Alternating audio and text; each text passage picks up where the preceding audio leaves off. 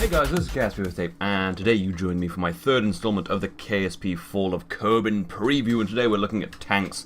Yes, because there will be ground combat, air combat, and tanks, and a few clarifications about previous videos. Just generally sorry for the last one, that kind of fell apart, and we're still investigating the weird exploding ships, so that's why we are at the KSC instead of in our actual battleground. People seem to be asking a lot of questions about, I think I accidentally said that we start in World War II and progress on to World War II. We start in World War I, progress into World War II, and then eventually into late World War II as a tech progression. We're going to be fairly loose with it, you know? I mean, we're not going to be super rigid and research everything down to a T, because that's not really the kind of person I am.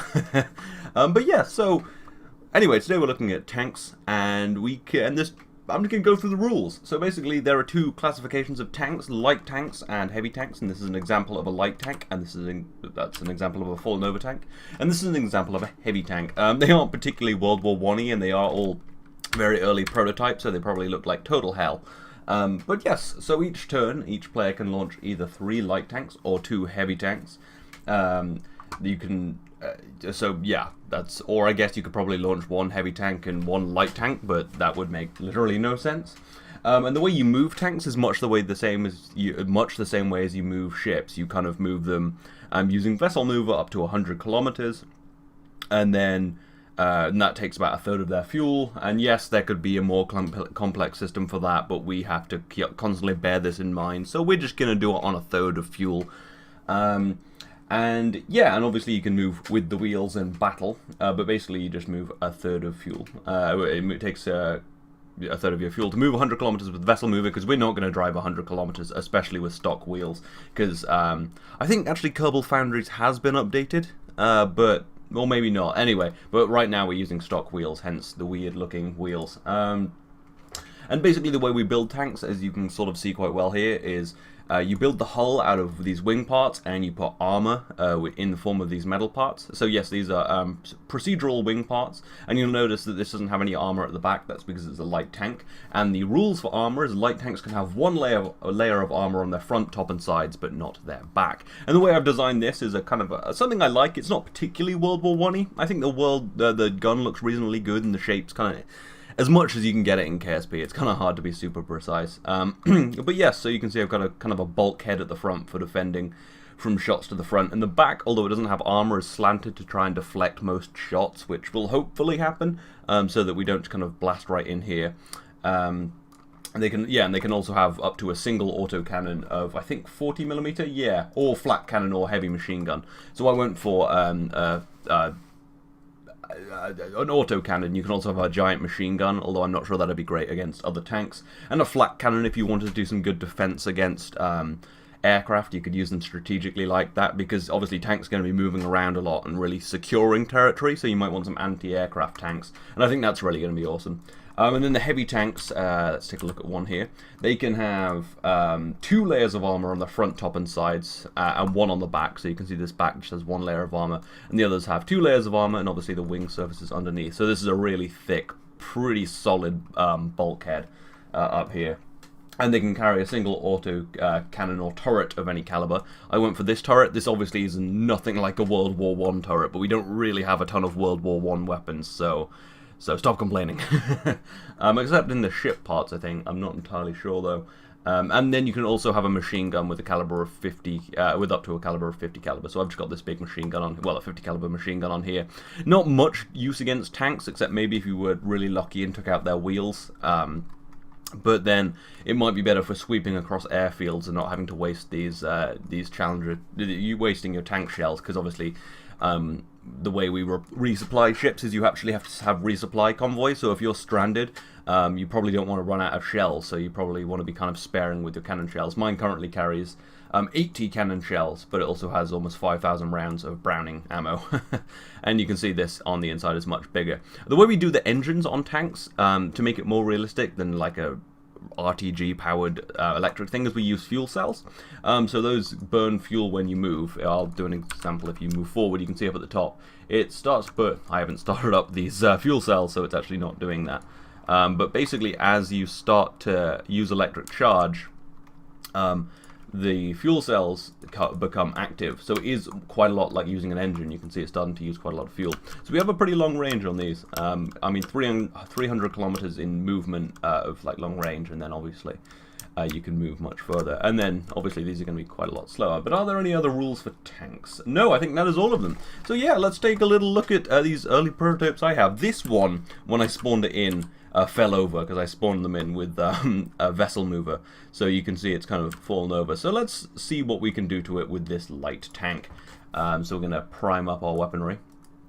We're going to use, obviously, the only weapon we have. So you can see on the front we've got some pretty heavy armor. So you can kind of hit that quite a lot with this before it overheats. And the wings are pretty durable. But light tanks in World War I would rarely have kind of much armor on the back. So you can see after quite a lot of shooting with this, we could strip through that relatively easily and have access to there. So, I mean, usually you're going to start an attack from the front to make it, you know, somewhat fair. And the challenge is obviously to get behind the tank. Because you can see I can get through that within like 3 hits, and then I could just lay waste it inside here. But whereas the actual armor is quite a lot stronger, but there are weak points. Basically, the back was put on there with no armor to be a weak point, and the same with heavy tanks. But obviously, in our builds, there are going to be specific weak points, and if I can find one, I could probably destroy it quite easily. Probably not with the autocannon, but... Oh, yeah, see, there's a bit of a weak point up near the gun, it appears. Yeah, maybe in here. Yeah, that seems to have fallen apart quite well. I think it even destroyed the pod. So, let's switch to another... Okay, that's that. If we switch to a heavy tank, maybe, and just do a death blow to it. So if I open up my Challenger turret and just kind of...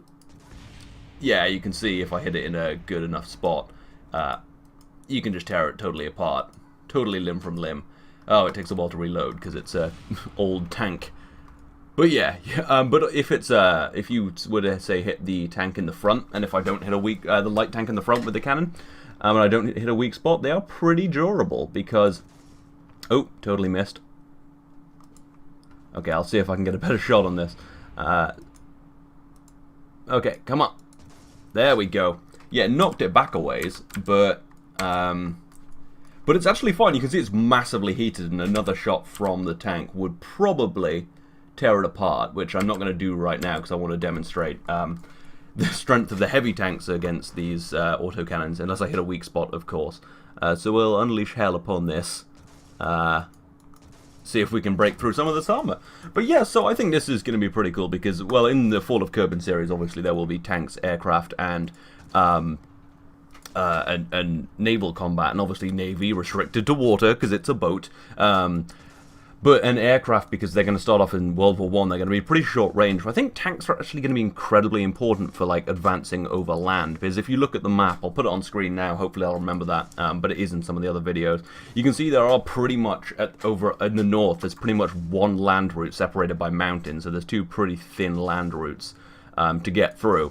So I think these are actually going to be quite essential, really, using tanks. And down at the bottom, if you loaded some of these onto, I don't know, like a cruiser or something, you could take them across those little island chains and do some damage from the other side. Finally hit something. It looks like we've got through 1 layer of armor with all that, but it will have been heating up behind, so we might actually be able to get all the way through. So, I mean, they're not totally... yeah, you can see, and then in here we've got there's a bit of a weak spot in my tank, actually. I need to fix that. Penguin will surely see this and exploit that. Yeah, you can just shoot right through there, and we've decimated that. But anyway, this isn't really fair, is it? Just shooting static tanks. And I guess if I hit it in the wheels. Yes, but so, maybe I'll put this one on guard mode. I will turn guard mode on, and, oh my god, we'll... Oh Jesus, I hit the wrong button. And we'll get the ball rolling with this. And then at some point I'll switch over to team... Oh, the controls are slightly inverted. That is incredibly annoying. Oh no, I think actually... Yeah, the controls are... Seems like... Okay. Yeah, What's happening here? It's like... It doesn't look like it's turning, it looks like it's translating. What is going on with my tank? Did I put a probe in here to control from? I hope so, because this is madness, I tell you. I've also not turned the engines on. Well, the engine, this just has the one. And obviously if you take out the engine, you've pretty much scuppered the tank. But the nice thing about this tank actually is because it's using such a light little autocannon, it actually doesn't use that much. It can carry quite a lot of ammunition. You can see I've got like 1,600 pretty damaging rounds in here. So these can be pretty vital, and you may think, well, if you can only have 3 of these a turn, it might not actually be that useful. But I think in terms of anti-aircraft defenses, they're going to be pretty useful because, well, they're quite nippy, as you can see. Let's see how much faster than the gun they are. So if I turn myself on Team A, he's no doubt going to start trying to aim at me, and I'm going to just try and... Is he going to? Let's wait for that cannon to start turning. Yeah, it started turning. Yes, it has it? No, I don't think it has. Oh yeah, he's trying. Yeah, see, because this is quite a fast tank, it can stay out of range of the cannon. And if you've watched Fury, you know this is how the American tanks, if that is accurate, that is where I get most of my information from. So how American tanks used to scupper the, well, used to try and... Oh, it's getting around to me. Come on, speed up. Used to take out the Tigers. Okay, we're going to take a pretty serious hit if we're not careful. Okay, yeah. So, oh, savage. Oh, that's split right in half. Oh, ooh. Wow, yeah. So obviously, yes, this can carry more more ammunition, except for the machine gun, I guess. And yes, it can carry anti-aircraft, and yes, it's quite fast. And yes, you can launch more, but one good shot from that in the side, and there's just no tank left. Oh my god, I did not know that there was a tank camera. Oh, I'm so happy that there's a tank camera. Can I do that from inside? Oh, it's gone. If I turn that off, can I get the tank camera up? Is that modules? Yeah, there's a Challenger turret. Yeah, I think if I select that and then select the Challenger. I can't use it. Oh, yeah, I can. I can be inside firing. I've never been this happy, but anyway. I want to see, just really quickly, because I don't want this to go on too much longer, just see if I can take out some of the wheels with the machine gun on the heavy tank. And I might launch a plane just to demonstrate that the machine gun would be really good for sweeping across airfields, because you can imagine, I mean, I guess they would probably be taken off, but maybe if there's a bomber, that's not going to be taking off, is it? This tank is such a putz. Alright, let's throw up my Browning machine gun. It's a fixed one. I was going to put it on the edge of on the tank cannon, actually. And that's a pretty good idea, because obviously it can turn with the tank cannon if you activate them both. But it turns out when you put stuff on the tank cannon, it doesn't actually rotate with it. It stays static. And also, if the tank cannon gets knocked off, I'd like to have a backup so it's not totally useless. It would appear I can't actually aim at the wheels. But let's see what we can do with a 50 cal against a tank. That's depressing. I need to build a new tank. Holy dickens! You know when I said there's maybe a few weak spots in my tank? It just got stripped apart by a 50 cal. Although 50 BMG bullets are pretty hefty, and I think can bust some tanks. So yeah, anyway, so I could probably screw up the wheels on this, actually. Let's get around the other side and see how good a job we can do of that. And then I'm going to go heavy tank on heavy tank, and then we'll finish up the video. I won't bother doing the shooting the aircraft thing. You know what that looks like. It's shooting an aircraft with a 50 caliber turret, with a machine gun. I guess I could put a turret on here, but it doesn't explicitly say that in the rules. So I don't want to be shitty. I'll ask Penguin about it. He pretty much comes up with the rules. I make the bases. Penguin's the brains of the operation. I'm the other guy who he's stuck with. Anyway, let's try and shoot this on the underbelly, because all of my tanks are pretty underbelly armored as well. Oh yeah, this 50 cal. I think the BD Armory ones are way overpowered, as you can see, because like there's Aviator Arsenal which has smaller machine guns. I'll check that out, because that's insane. Let's test that out in the heavy tank's bulkhead, because if it can strip through that easily, then we're not going to be able to use this one, are we? I mean, that's too much. I know there are some less powerful ones in Aviator Arsenal mod, which is another weapons mod we use. Oh no, look, on that, it's just bouncing right off. I think it's just my light tanks might have a few weaknesses. Yeah, I mean, you can see. I don't know, that's a significant amount of damage. Anyway, let's get moving. And see if we can survive the see if we can beat this tank, basically. So we'll put it on guard mode, and then we'll try that out. Bit of a tank battle. Obviously tank battles are pretty slow, but everything's slow. That's why I think we're probably going to be using these slower turning turrets, so there's a bit of a chance. Alright, okay. I'm going to turn my turret on. I'm going to turn on to Team A. I'm going to wait for its turret to start turning. Yeah, there we go. Okay, get him around. Get him around. Okay, he's got the massive advantage on me. Oh, I'm going to go forwards. Spin around. Spin around. Yeah, he hit me in the side. Okay. Okay, we've still got tank. There's still a tank left. I may need to make some improvements. Ooh! Alright, let's try it coming head on. That was a perfect shot. These tank cannons are insane. If you hit it in the front, it's not bad because it'll either bounce off or there's enough armor. But if you get hit in the side by one of these tanks, I mean, may need to design some better side armor. I guess just slanted armor really would be better. Yeah, okay, I'm gonna go out this way. I'll put this one on guard mode. This is actually kind of fun. I've never really done tank fights before. Yeah, let's get rid of some of this crap. Oh, bit of a hit in the front. Come on, come on, come on, come on! Fire, fire! Yeah, see in the front it's actually pretty strong, but in the side, actually, I don't know if I want to shoot it this close. Yeah, I can turn my tank cannon around. That's why you use a turret. I'll shoot the other one. Oh, I wonder what happens if I shoot it in the back. That's going to be just brutal as hell. Turn your cannon faster. Okay, ooh, don't use time warp with the new wheels. Yeah, KSP wheels are better. Apparently. What? When I shoot it, it's fine. When I get shot by another tank, ripped apart instantly. Maybe there's just a... There we go. Even that wasn't that bad. Maybe it's a side thing. We'll try it out. I'll have to do more testing on these. These are just the kind of prototypes I threw together. What the fuck? I guess that one may have just slid off because it's slanted, but... Come on. Yeah, there we go. There we go. It's not just me. Anyway, I'm going to turn around and see what it's like to take one of these tanks head-on in a heavy tank. Oh, look, I've broken my wheels. That's my main problem. That's why this is all falling apart. Not because I'm a terrible tank commander. It might be because I'm a terrible tank commander. Okay, let's move in. Heavy armor front... Oh, that winged past. If I weave a bunch, maybe it'll be better. This tank cannon turns so slowly. Yeah, if I... Oh, okay, weaving probably not best. Show them your front, boys. Oh, it's forced me into a turn. Nope, my controls are just inverted. Come on, turn the armor towards him, boy. Okay, if I can get one shot off. There we go. Hit him. Okay, I can't... I'm pretty much immobilized.